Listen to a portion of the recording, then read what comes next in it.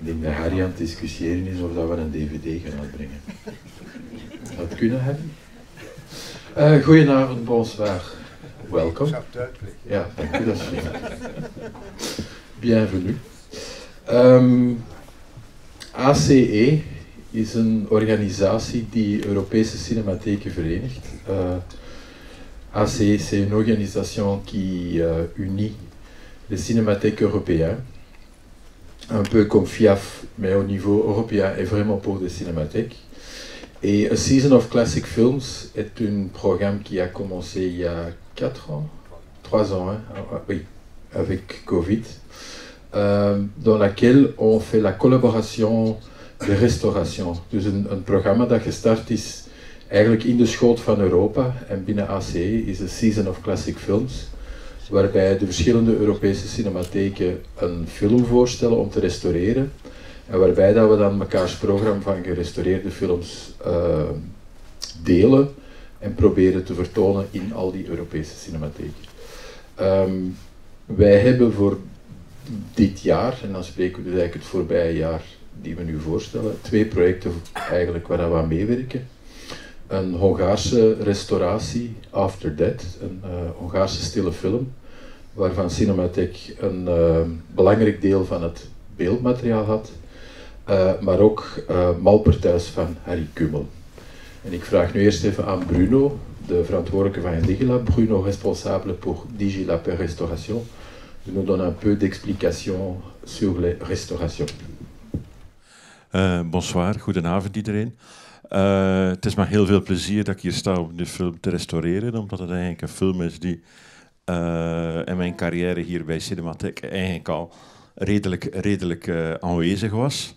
Je moet weten, in de jaren 80 waren we een van de eerste archieven die begonnen na te denken over kleurenfilmen, hoe dat we dat moeten bewaren, die een speciaal op temperatuur aangebrachte depotruimte had, waar de films dus op 6 graden kunnen bewaard worden, en de vochtigheid ook constant, zodanig dat die kleuren mooi blijven. En een van de eerste kopies die we daarin brachten was een kopie van Malperthuis. En dat was eigenlijk dat is een fantastisch goede kopie. En ik wist eigenlijk toen al, ja, eigenlijk als dat moet iets mee gedaan worden, dan zal dat zeker bruikbaar zijn. Is dat een goede zaak voor de Belgische cinema dat die kopie al beveiligd en beschermd is. Digitalisering, dat woord was nog niet uitgevonden, denk ik, in die tijd. Maar goed, nu zijn we hier, 30 jaar later, met de restauratie van de film. Om een beetje te begrijpen hoe het te werk gaat, moet je eigenlijk weten ook hoe de film gemaakt is geweest in de tijd. Dus opgenomen door Harry Kummel. Er zijn daar 2 versies van gemaakt. Eerst een versie van de producent, die dan voorgesteld is, producent of co-producent of co-producent, die dan voorgesteld is geweest in Cannes. Engelse versie, dacht ik. En Harry was er niet tevreden over. Toen al. En dan hebben ze dan besloten, ja, er moest nog een Nederlandse versie gemaakt worden voor België, dat Harry zijn ding mocht doen op de Nederlandse versie. En dus daarvoor is er dan in die tijd een internegatief gemaakt van die Engelse versie, en ook met het restmateriaal van de opnames heeft Harry dan zijn eigen versie kunnen monteren. Maar dat wil dus zeggen dat die Nederlandse versie, eigenlijk dat bronmateriaal dat gebruikt werd, dat het eigenlijk van verschillende origine was. Want je had dan dat internegatief, dat origineel negatief, die dan ook nog eens met 2 verschillende pellicules gewerkt. Dus voor de colorimetrie was dat al niet eenvoudig om dat allemaal goed te krijgen. Ook toen en nu ook. Maar goed, wat hebben we nu besloten? Dus om die 2 versies in te scannen in 4K. En dus die stukken internegatief te vervangen met de stukken origineel negatief uit die Engelse versie. Om dan eigenlijk op de best mogelijke manier die Nederlandse versie te kunnen restaureren. Ja, dus bij het scannen hebben we ook gemerkt dat die film ontkrast was, gepolijst. Dat is een procedé die in de jaren 70 en 80 heel populair was. Men kon daarmee de krasjes verwijderen, maar die pellicule werd dan in een chemisch bad product gestopt.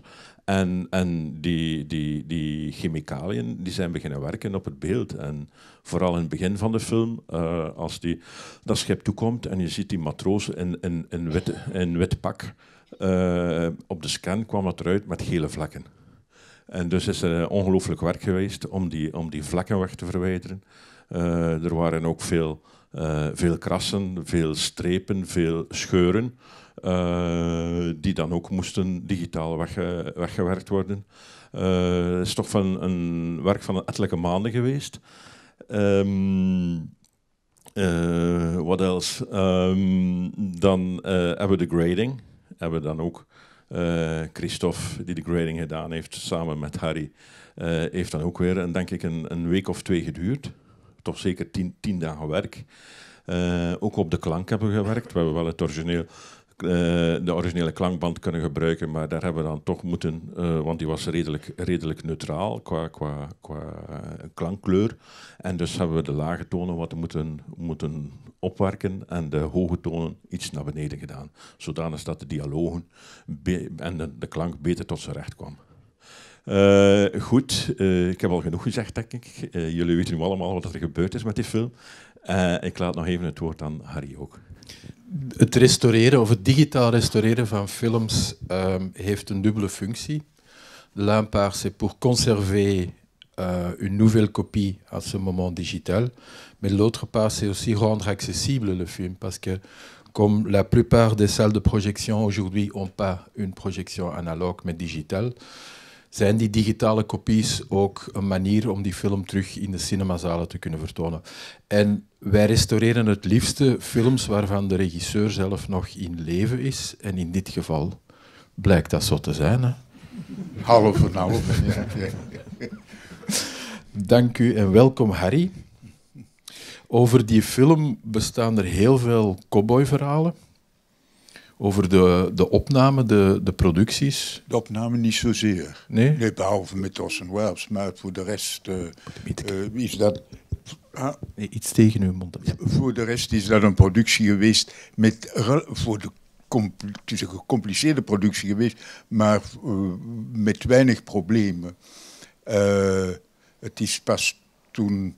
C'est seulement au moment où on a commencé, qu'on montait le monteur, qui était pourtant un monteur de renom, mais moi je suis un bien meilleur monteur, a commencé, puis j'ai dit non, il doit partir parce qu'il sait pas, il ne comprend pas. Mais les producteurs n'ont pas osé, parce qu'il avait été envoyé par un des commanditaires qui était United Artists. Après, quand ils ont vu ma version chez United Artists, ils ont dit « Pourquoi vous ne nous avez pas téléphoné? Ce n'est qu'un monteur, on l'aurait foutu à la porte. » Parce qu'ils avaient vu les 2 versions. Ça, c'est la seule chose qui est vraiment... Ça a été horriblement compliqué pour faire. Refaire le show. Ce n'est pas le vrai montage. Het is niet de echte montage zoals zij het kunnen zijn. Het is een montage die ertussen is.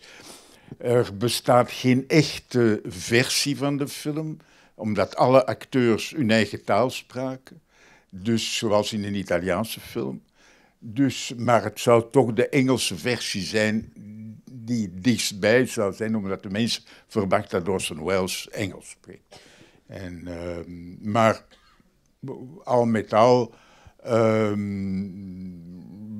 ben ik nogal tevreden nu over de technische aspecten. Il s'agit d'une pellicule expérimentale de Gevart, en grande partie. Il y a quelques morceaux d'Eastman Color, mais c'était une pellicule que Gevart, à cette époque-là, Gevart Color, c'était horrible, mais ils avaient trouvé quelque chose. Et ils nous ont dit, ce qui est quand même assez risqué, est-ce que vous voulez pas, on vous recevez le film, tout le batch pour rien. Alors, Je kunt wel denken, als je aan producenten zegt, je krijgt het voor niks, dat ze daarop springen. Jij bent producent geweest. Je weet wat het is.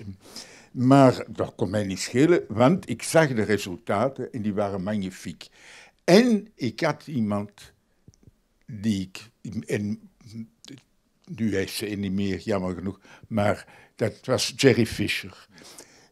Een van de grootste cameramensen, de directeurs van de fotografie uit Engeland.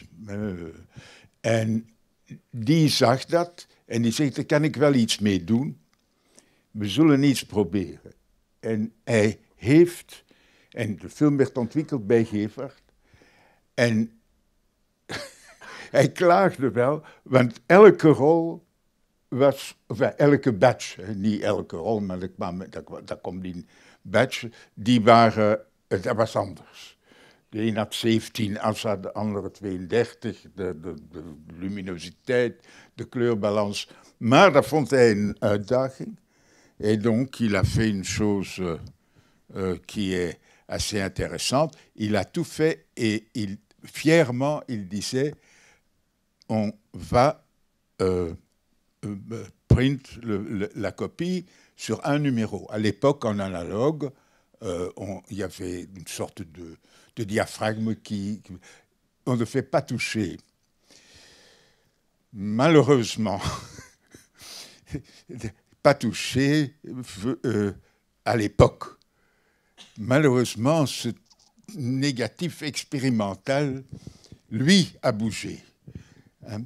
Je vous assure que c'était vraiment sur un truc, quand il recevait un plan fait la nuit, avec un négatif très faible, c'était la panique chez Gevaert. Il n'y a rien sur le négatif. Et Jerry disait au téléphone, « Print it on one ». Et effectivement, c'était des belles nuits. Mais ça a été extrêmement... Ça a bougé. Alors, il y a twee problemen in digitaal overzetten. En dat kun je zien bij alle digitaal overgezette films waar de regisseur of de directeur van de fotografie er niet bij is. Zij hebben een tendens om groen te worden, de digitale, en een tendens om het contrast verschrikkelijk te verhogen. Daar kun je niks aan doen, dat is een element. Alles zit erin, maar de gewone scan corrigeert dat niet. Ik had nu al ervaring in een aantal films, plus mijn eigen film, Dots of Darkness, bam, de eerste versie die ze mij opstuurde. La première version de mon film Les Lèvres Rouges qu'on m'avait envoyé, j'ai fait un téléphone dans ce grand laboratoire. J'ai dit que si c'est comme ça, alors je ne viens pas. C'était vert, hein, vert.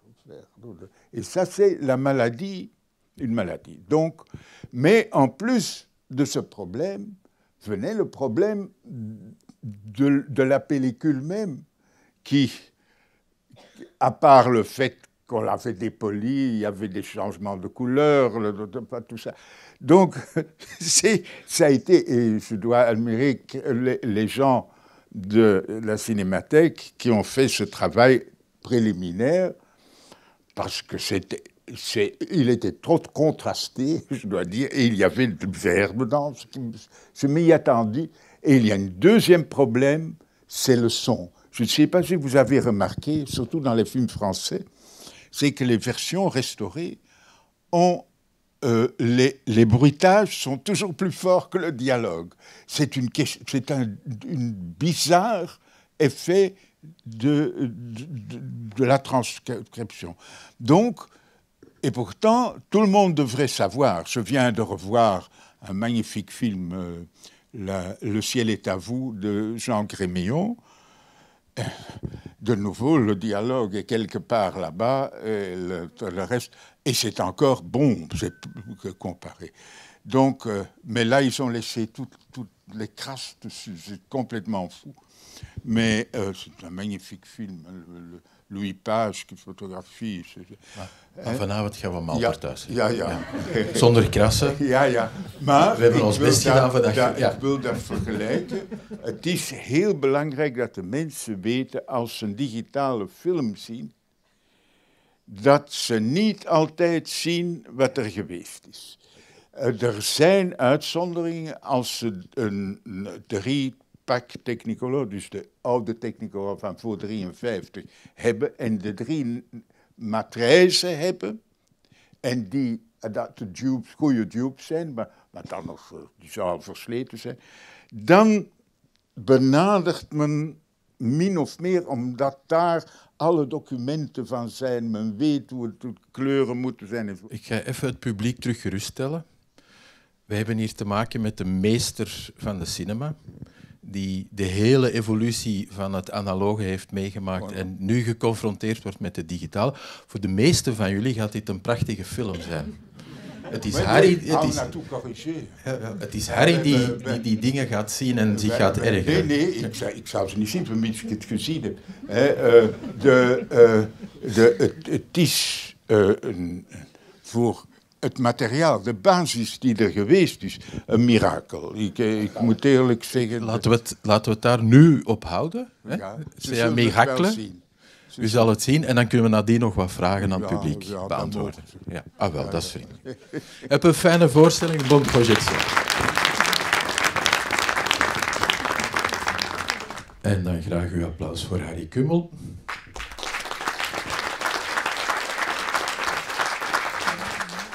U mag vragen stellen, het is alleen op eigen risico. Ja. Ik heb een vraag voor de einde van de film. Wat is le sens? Bedoeling. Ja, de bedoeling. Hij spreekt Frans, il parle français. Pardon. Parfaitement. C'est simplement que la vie n'est qu'un rêve. C'est le... Je pense que c'est... Et qu'on est enfermé dedans. Je crois que... Mais mes films n'ont pas de sens. Mais moi, j'ai une petite question sur la fin. Est-ce que déjà dans le livre de Jean Rey, c'était pas un programmateur d'ordinateur? Non. Toute la fin, il faut savoir d'abord que c'est la moitié du livre. C'est la première moitié. Et nous avons tiré quelques... Enfin, Jean Ferry, qui est vraiment l'imaginateur, mais c'est lui. C'était vraiment une phrase de Jean Ferry... Monsieur de Kremer, c'est quand même curieux pour un monsieur d'imaginer quelque chose comme ça. Mais ça, c'est... Mais à cette époque, le programmateur d'ordinateur était encore quelque chose d'exceptionnel. Donc aujourd'hui, c'est...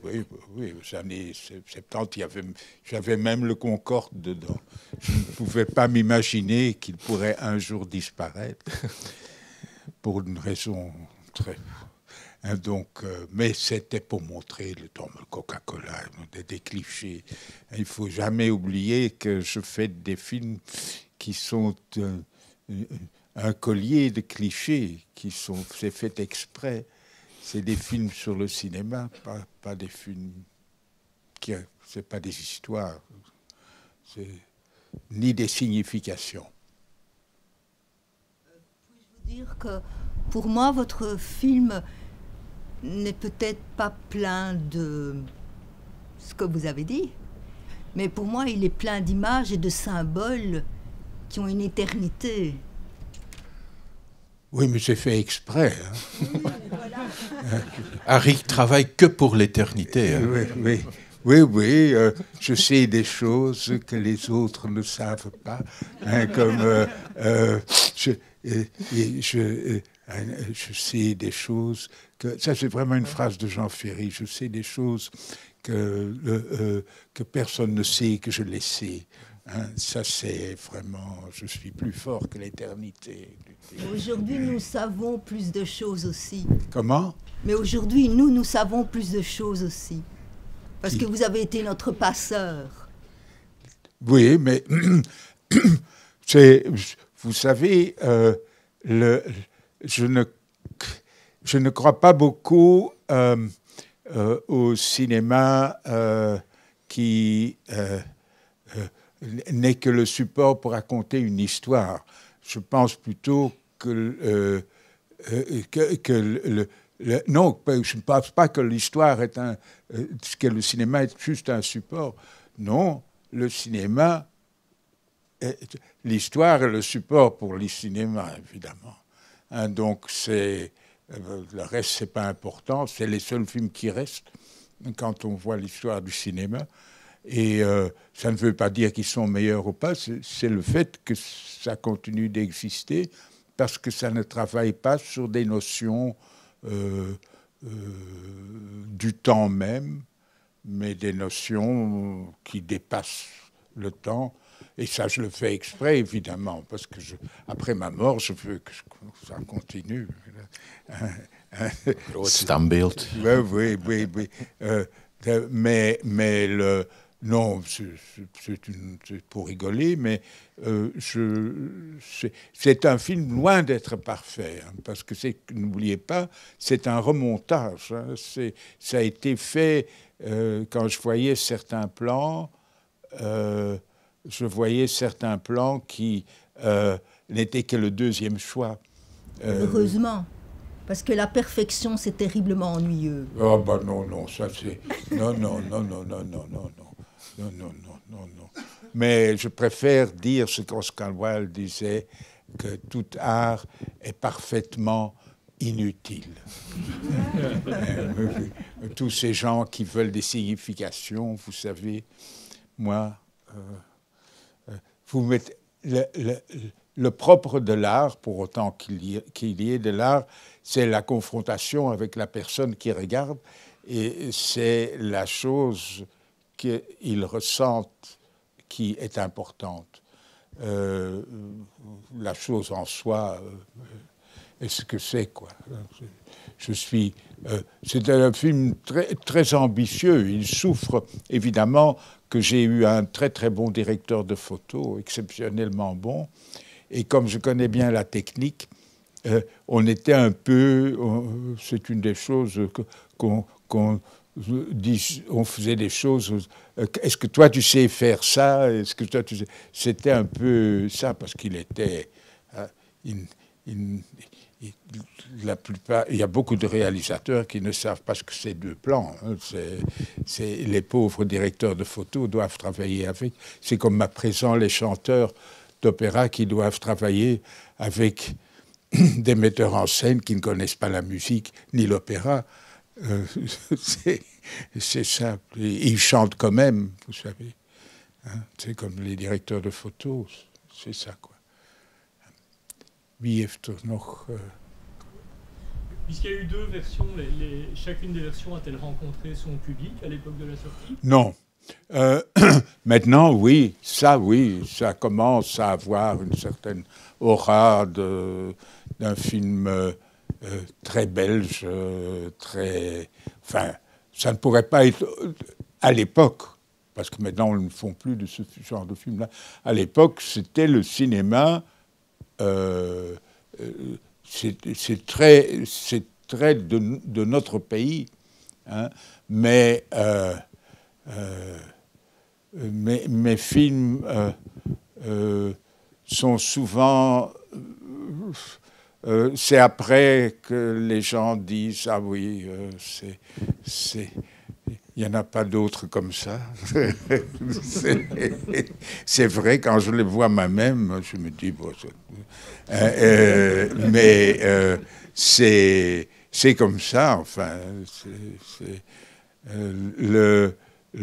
Je suis par contre, c'est la première fois que je le vois depuis je ne sais pas combien de temps, parce que lorsque nous avons travaillé c'est par petits morceaux et sans son, hein, et pas dans le cadre que vous avez vu maintenant. C'est la pleine image quand on a tourné, mais ceci, c'est un 1,85 qui est évidemment très beau. Mais c'est comme ça, enfin. Je ne peux pas dire... Si vous me demandez des choses sur le cinéma, sur le film, je pourrais vous répondre. Si vous me demandez ce que j'ai voulu dire, je reste bouche bée. Je ne veux rien dire du tout. C'est être trop prétentieux de vouloir dire quelque chose. Harry kan eigenlijk meer over andere films van andere regisseurs vertellen dan over zijn eigen films. Ah ja, natuurlijk.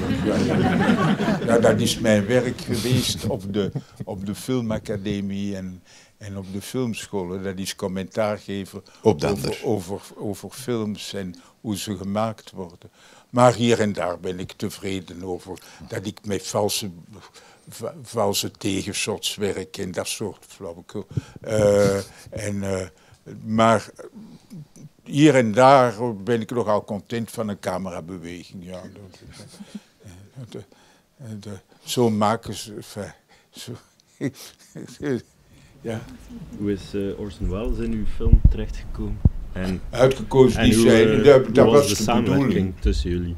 Dat was goed. We hadden 3. Ik had er 3. Welles, John Huston, de regisseur, maar die ook acteur was, en Peter Ustinov, maar dan ouder gemaakt. Maar Welles heeft direct, Welles was eerste keus, en heeft direct ja gezegd, hij had geld nodig toen. En die werkte, dat was een acteur die voor geld werkte. Hè, weet. En in die tijd had hij niet zoveel. Jammer genoeg moest hij reclame maken en dat soort dingen. En in zeer, zeer middelmatige films. Hij was zeer content die te maken. Alle acteurs sterven graag in films. Maar dat was gewoon zonder meer gegaan. Dus niks bijzonders aan. Gebeld. In die tijd kon men nog bellen naar een acteur en waren er geen tussenpersonen en werden ze niet beschermd. We gingen echt waar in Cannes, als je in Cannes ging je op het strand met een acteur spreken. Mijn eerste film, dat is dan niet geworden, maar Monsieur Awarden, ben ik met Ingrid Toulin en die zat gewoon op het strand en je ging daar naartoe. Je zegt, Madame Toulin. En dat zonder meer, dat was gewoon, omdat het normaal is dat een regisseur eerst kennis maakt met zijn acteurs, maar dat is vandaag de dag ondenkbaar, met sterren zeker. En ik film niet graag, ik film graag met sterren. Moeten we? Stilletjes aan, ja. Harry is ook een van de rotsen in de branding van de Raad van Bestuur van Cinematheek. Hoe lang al, Harry? Dat was Roland... Nee, de Ledoux zelf. Dat zal geweest zijn nadat ik... 64, geloof ik. Ik had een aantal dingen voor de tv gemaakt. En Ledoux. Ik was zo'n beetje het kind... samen met André Delvaux van Ledoux. En die riep dan in die grote gangen, niemand die kent die nog hierboven in de palais. Kumel! En dan moest aankomen. En de enige ruzie die ik ooit met hem gehad heb, is het formaat. Hij vond, als je het beeld volledig had, dan moest het volledig begrijpteren. Maar hij vergat daarbij dat er een periode is geweest tussen 53 en 55, dat niemand wist hoe je niet cinemascoop, maar de normale film. En dus werd gewoon gekadreerd volledig. Ja. En ik zou zeer graag een conferentie maken, bijvoorbeeld met Le Rouge et le Noir van Autant Lara, waar je ziet, echt waar het verschil, de film is anders. En het is zo belangrijk dat de film in de juiste... En Christophe, die het gezien heeft in volledig beeld, en het zo ziet, dat is dag en nacht. Ik bedoel, dat is een andere film. Dat is een andere ervaring. Dat is een andere film. En dat is zo belangrijk. Het kader in de film is een van de belangrijkste elementen van de cinema. En dat is iets wat tegenwoordig een beetje verloren gaat door het feit dat het zo gemakkelijk is met veel camera's te filmen. Dus er wordt niet meer gekozen voor een bepaald kader. En dat is niet goed. Ik bedoel, de eigenschap van cinema is dat je bepaalde betekenis, ik spreek niet van van de grote inhoud, maar de kleine inhoud, moet juist kaderen. Het is niet altijd even perfect, jammer genoeg, maar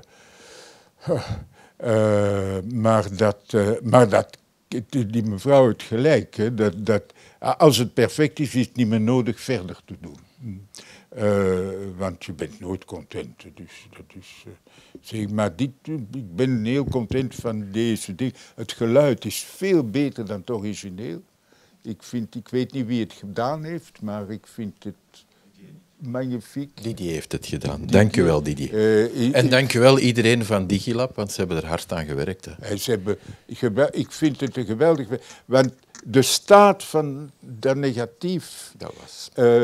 hier en daar zie je het. Er is niks aan te doen. Er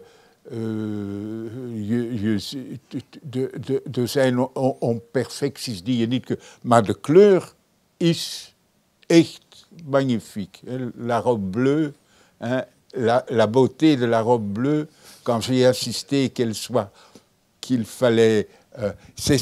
en digital, on peut tout faire. Au niveau de la couleur. On peut corriger une couleur individuelle.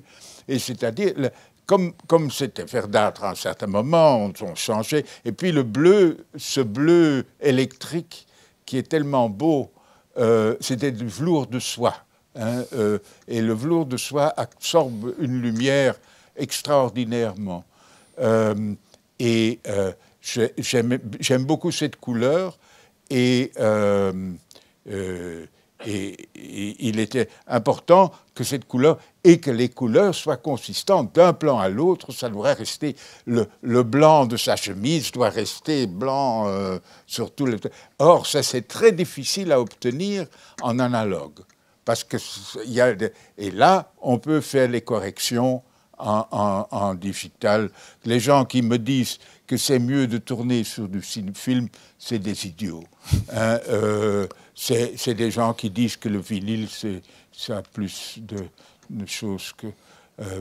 c'est autre chose. Hein. Je ne dis pas que c'est meilleur ou pas, mais seulement en numérique, on peut manipuler l'image. Et c'est ça, si j'avais eu les moyens... à l'époque qu'on a maintenant, les moyens techniques, je ne parle pas des moyens économiques, ça aurait été un tout autre film, vous pensez bien, hein, j'aurais pu faire des trucages comme on ne peut pas faire, mais en plus, la couleur, on peut encore mieux manipuler. Seulement, ça ne veut pas dire que j'ai changé, on n'a rien changé, c'est seulement qu'on s'est arrangé pour que ça reste bien cohérent. Et il y a un ou deux gros plans que je trouve qui sont trop clairs. Mais, Christophe, neem jij uw boekje? Oui, non, c'est un de Eurial que je trouve un peu trop clair. Mais c'est pas très grave. Minuut 32. Mais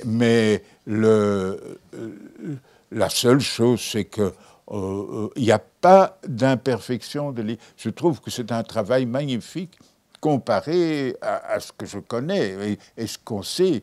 Et il suffit de voir le DVD qui a été édité par la Cinémathèque pour voir combien ceci est meilleur. Non.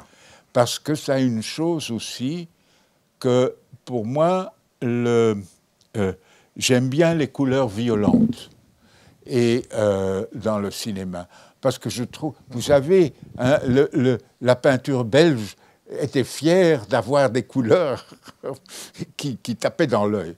Et je trouve aussi, vous savez, quand la peinture à l'huile a commencé, les peintres étaient fiers d'avoir de la bonne couleur. C'était très cher aussi d'avoir du bon bleu, d'avoir du bon rouge. Hein, il fallait fabriquer. Et j'aime bien que nous retrouvons dans le cinéma belge ça.